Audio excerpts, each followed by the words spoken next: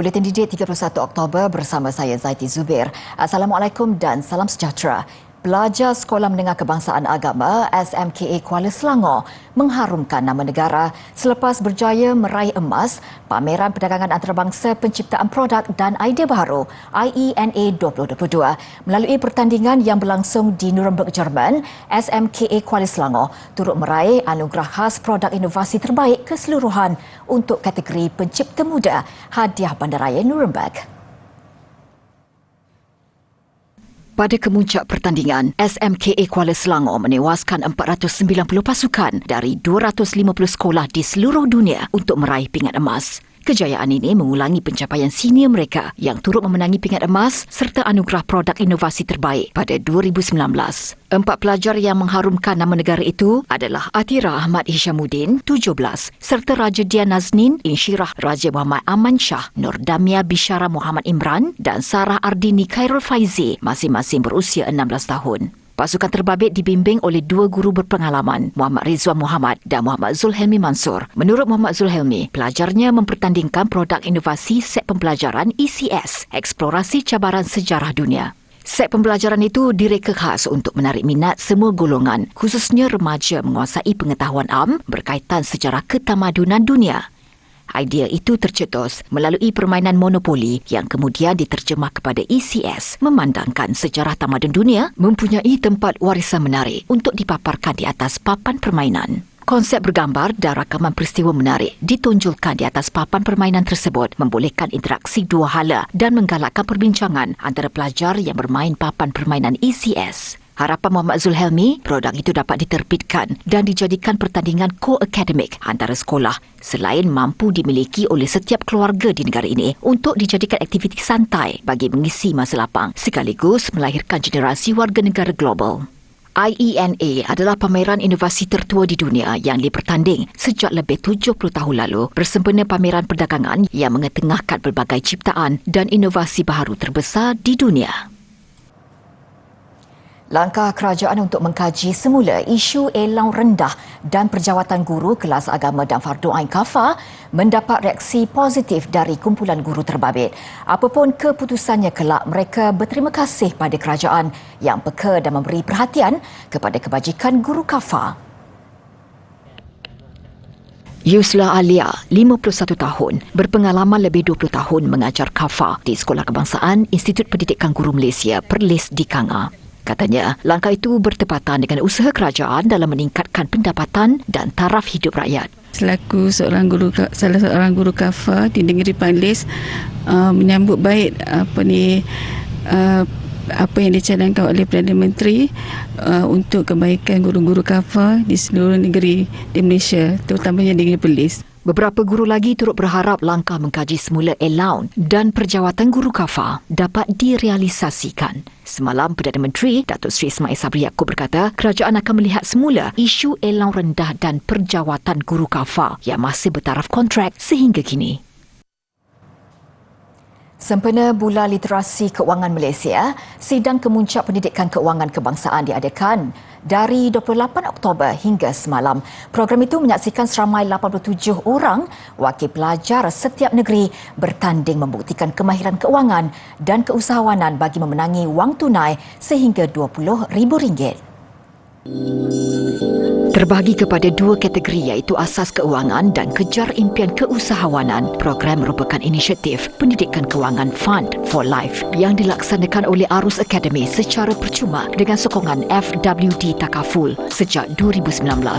Menurut Ketua Program Alina Amir, misi Fund for Life ialah untuk melahirkan generasi celik keuangan. Dah ada banyak kajian yang mengatakan tabiat kewangan yang sihat ni terbentuk seawal umur 7 tahun.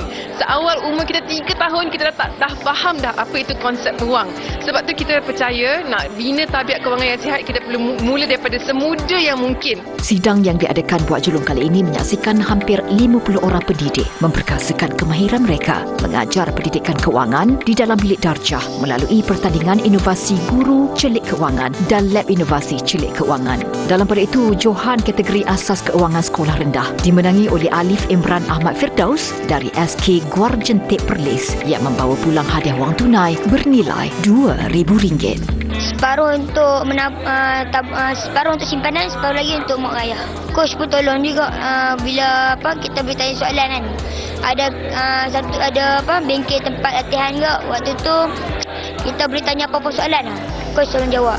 Bagi kategori kejar impian keusahawanan pula, 3 orang pelajar yang menggelar diri mereka Trio FAS dari Sekolah Menengah Kebangsaan SMK Datuk Panglima Jakarullah Sempurna Sabah merangkul tempat pertama dan membawa pulang hadiah wang tunai RM4,500. Menurut Muhammad Fakrul Haziq Muhammad Firdaus selaku wakil kumpulan, kursus dan bengkel yang diadakan sangat membantu mereka dalam menghasilkan pembentangan yang terbaik. Bimbingan yang fasilitator bagi pada saya, dia kata kalau buat pembentangan, kita tak perlu bagi tahu semua pasal pembentangan tu. Kita perlu buat ringkas dan bagi kata kunci yang menarik untuk supaya orang tu dapat tarik perhatian. Dia kata, "Ui, wow, cantik, bagusnya produk ni. Aku betul-betul nak beli." Itu maksudnya. Maksudnya kita perlu bagi yang singkat je, jangan bagi full detail. Kami tengah berbincang nak buat lah. Kalau kami lepas daripada SPM, kita akan buat untuk mengisi kekosongan masa lapang kami akan buat lah. Lepas tu kami akan jadi pembekal kepada perniagaan lain maybe. Jelasnya, perniagaan mereka melibatkan burger dan uniknya ialah pada intinya yang diperbuat daripada makanan tradisional di Sabah. Perdana Fellows Alumni Association tampil dengan Forum Ekonomi Belia YEF 2022 untuk mengupas isu semasa sosio-ekonomi global bertemakan mengatasi krisis bahaya dan peluang. YEF 2022 membawa pakar ekonomi dan cendekiawan muda melontar pendapat dari pelbagai sudut pandangan untuk menentukan hala tuju ekonomi negara pasca pandemik COVID-19. Dalam ucapan pembukaan, Menteri Kewangan Tengku Datuk Seri Zafrul Abdul Aziz menekankan betapa pentingnya penglibatan golongan muda dalam menentukan masa depan negara. So your despondency and apathy are anathema to a nation's continued progress, right? So all of you sitting here have the power to change the fate of your community, your society, your country, and even the world. But you must come forward with determination and the desire to remain invested in this country's progress. Dalam pada itu, Presiden Perdana Fellows Alumni Association, Mesika Idris, berharap hasil perbincangan forum ini mampu mempersiapkan belia dengan perspektif yang lebih luas. Supported by having 6 different agendas covering many different topics as well, education, sustainability, politics, and also from a social point of view, in order to give the youths a more comprehensive view so that when we do go out and voice out or we do put in our votes, we have an educated view on what is going on in the world. Selain itu, YEF 2022 membantu peserta berkongsi pendapat perkara yang jarang dibincang dalam perbualan harian. Panelis tu, they all discuss something yang rarely kita discuss among our friends, family, and kita boleh discuss dalam satu dewan and they are all quite open, anyone can ask question. Untuk itu, Forum Ekonomi Belia ini diharap akan dianjurkan dengan lebih kerap dengan kapasiti yang lebih besar pada masa depan.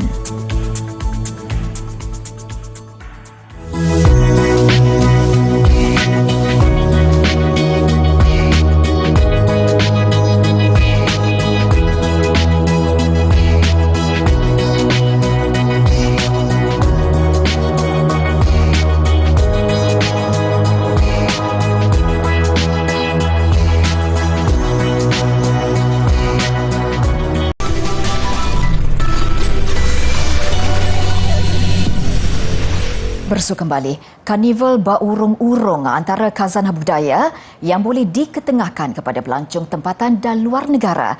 Ketua Menteri Sabah Datuk Haji Jinor berkata, dengan memiliki pelbagai khazanah budaya dan adat resam, masyarakat Brunei Sabah menjadi sebahagian daripada penyumbang dalam sektor pelancongan melalui seni tradisi yang dimiliki.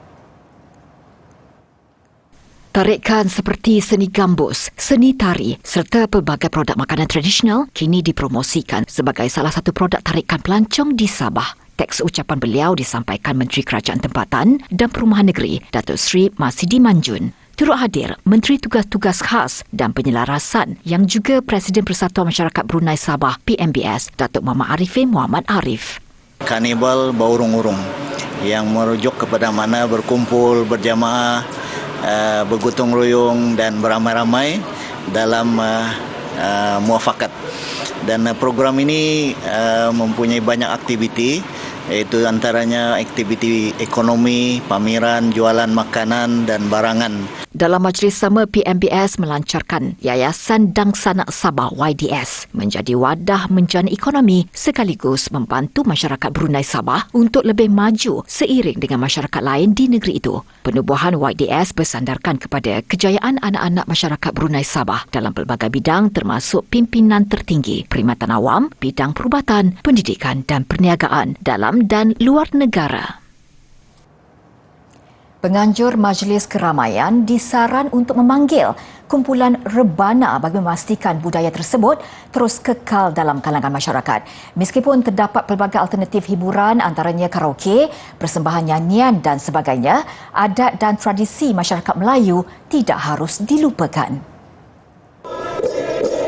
Menurut penaung Persatuan Kumpulan Rebana Daerah Parit Perak, Datuk Muhammad Nizar Zakaria, rebana merupakan salah satu cara orang-orang dahulu berhibur selain qasidah marhaban dan berzanjir. Katanya di Perak, adat bermain rebana cukup sinonim dengan daerah-daerah yang terletak di sepanjang Sungai Perak bermula dari Kuala Kangsar hinggalah ke Teluk Intan. Lagunya berbeza-beza, walaupun sama dia punya seni kata, tapi rentak alunan itu berbeza-beza. Mungkin berbeza kerana lisan tu kembali. Maksudnya suara kita. Suara orang belah Kuala dia lain dengan belah Parit. Belah Parit beza sedikit dengan belah Bota, belah Lambor, belah Kampung Gajah, belah Teluk Intan. Jelas beliau lagi, bentuk dan kaedah pembuatan rebana juga berbeza mengikut kawasan di mana ada yang menggunakan kulit lembu dan ada juga yang menggunakan kulit kambing. Kebiasaannya kumpulan rebana akan dijemput bagi memeriahkan acara-acara keramaian seperti majlis perkahwinan, berkatan, naik buai dan sebagainya. Di sesetengah tempat masih lagi terdapat kumpulan rebana yang bermain rebana sebagai aktiviti mengisi masa lapang khususnya pada waktu malam. Lebih membanggakan, ada dalam kalangan mereka ialah golongan muda dan ini dapat memastikan budaya bermain rebana tidak akan ditelan zaman. Selain itu, pihaknya turut menganjurkan pertandingan rebana bagi menyuburkan lagi adat dan tradisi masyarakat Melayu tersebut.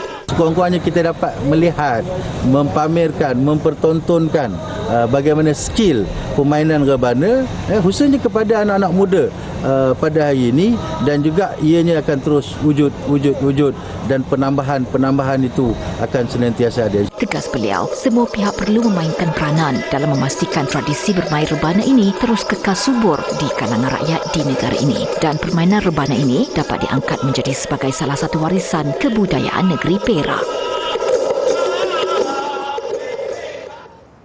Program Jom Cuci Masjid JCM diteruskan dengan Masjid Al-Ihsan Kampung Tok Muda Kapar Kelang dipilih sebagai lokasi untuk edisi ke-39. Ia sekaligus menjadikan masjid berkenaan sebagai masjid kedua selepas program amal itu disambung semula selepas ditangguhkan akibat pandemik COVID-19. Majlis pelepasan konvoi program JCM disempurnakan di Sri Pentas Bandar Utama. Ia membabitkan penyertaan peserta yang merangkumi lebih 300 penunggang motosikal berkuasa tinggi serta 30 kenderaan pengiring ke Masjid Al-Ihsan. Program dimulakan dengan solat duha secara berjemaah diikuti aktiviti mencuci masjid yang turut disertai penduduk kampung. Turut serta kaki tangan Majlis Perbandaran Kelang, Kesatuan Kebangsaan Pekerja-Pekerja Penguasa Tempatan dan Persatuan Artis Tanah Air Seniman. Peserta kemudian ke Jeti Pengkalan Nelayan Tok Muda untuk program Bicara Santai sebelum acara berakhir dengan penyampaian barangan keperluan asas kepada golongan asnaf.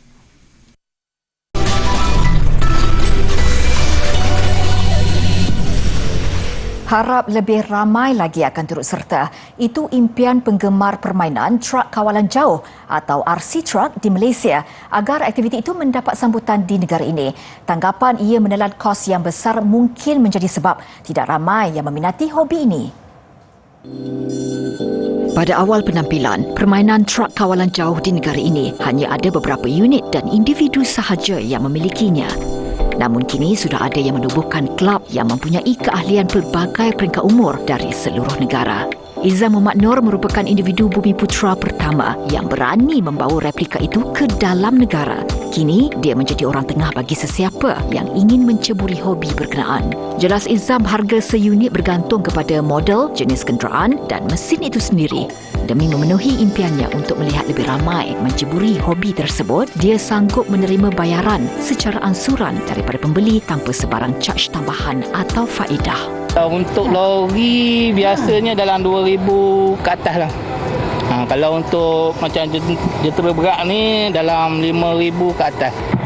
Kita pun ada package kan, angsuran lagi untuk mudahkan bayaran apa semua kan, untuk dapat benda ni. Sebab kalau ikut pada tu, kebanyakan kita ni mula daripada tengok dalam YouTube je kan. Jadi dia pun rasa tak mampu nak beli, sebab tu kita bagi angsuran. Jadi untuk memudahkan lagi urusan dia kan, untuk dapatkan barang ni. Bagi Azizul Yusof yang bekerja sebagai operator pula, dia sanggup berhabis ribuan ringgit demi minatnya yang mendalam. Kepuasan saya boleh cakap. Kepuasan dengan minat tu yang mendalam, yang dah lama terbendam. Hari ini dia memiliki, walaupun tidak yang sebenar, lori yang sebenar, iaitu 1/1 punya size. Sementara itu, Muhammad Fazrul Fauzi dan rakan-rakan sanggup datang dari Kuantan ke Kuala Lumpur untuk bersama-sama rakan lain berkumpul. Yang pertama, satu kita nak berjumpa kawan-kawan, sebab kita dalam tim kita, dalam grup kita, kita ada daripada Johor, daripada Utara, Gang Kedah pun turun hari ini, Gang KL selalu. Jadi tiap-tiap kali event setakat ni tak pernah miss. Ahli kelab akan berkumpul sekurang-kurangnya sebulan sekali. Sebuah pengendali perkhidmatan kereta api di Switzerland memecah rekod dunia dengan tren penumpang paling panjang. Kereta api kendalian Rhaetian Railway RHB itu menggabungkan 100 coach dengan keseluruhan panjang hampir 2 km. Sabtu lalu, tren tersebut melengkapkan perjalanan 25 km di kawasan Pergunungan Alps. Kira-kira 3,000 penumpang bertuah dibawa melalui laluan Albula Bernina yang terkenal dengan pemandangan indah, juga tapak warisan bersejarah UNESCO. Perjalanan bersejarah itu mengambil masa 45 minit, dikendalikan 7 pemandu dan 21 juruteknik. Pencapaian itu disahkan oleh Guinness World Records pada majlis yang juga ulang tahun ke-175 sistem kereta api Switzerland yang popular.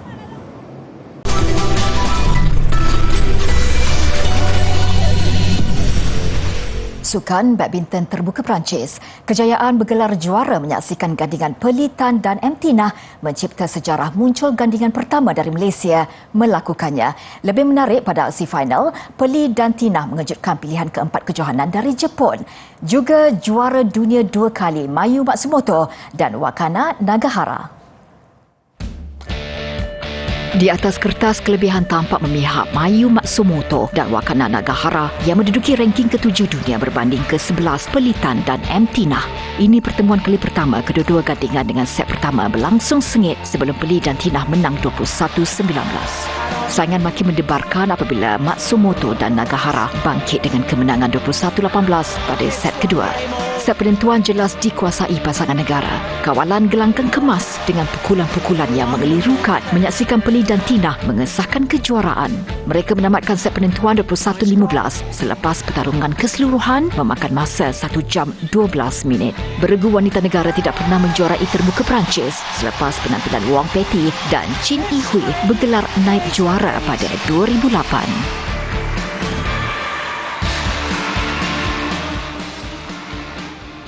Aksi bola sepak pembangunan Piala Supermok 2022, kelab Croatia NK Osijek muncul juara kategori bawah 14 tahun selepas menewaskan pasukan pilihan Paris Saint-Germain PSG pada perlawanan akhir.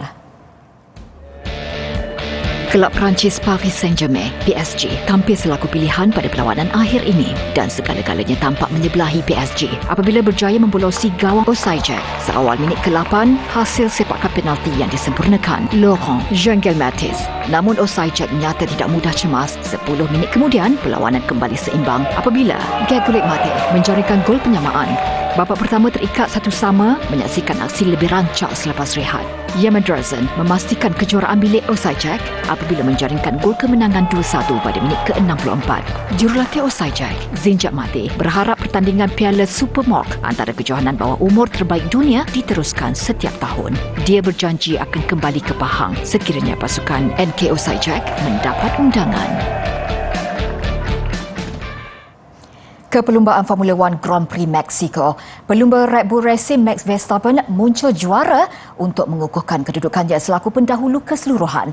Lewis Hamilton dari pasukan Mercedes-AMG Petronas pula terus mencabar apabila menduduki tempat kedua. Seorang lagi pelumba Red Bull, Sergio Perez, di tempat ketiga. Berlangsung di litar Autodrome Hermanos Rodriguez, Verstappen yang bermula di petak pertama memanfaatkan kelebihannya untuk memimpin perlumbaan. Dua pelumba Mercedes-AMG Petronas, Lewis Hamilton, memulakan saingan di petak ketiga. Di belakang George Russell nyata sukar memberi saingan pada perlumbaan 71 pusingan ini. Strategi pasukan Red Bull antaranya taktikal. Pertukaran tayar jelas berhasil menyaksikan Verstappen muncul pemenang. Hamilton di tempat kedua, manakala seorang lagi pelumba Red Bull, Sergio Perez, ketiga. Aksi pusingan seterusnya akan berlangsung di Grand Prix Brazil pada 11 hingga 13 November nanti.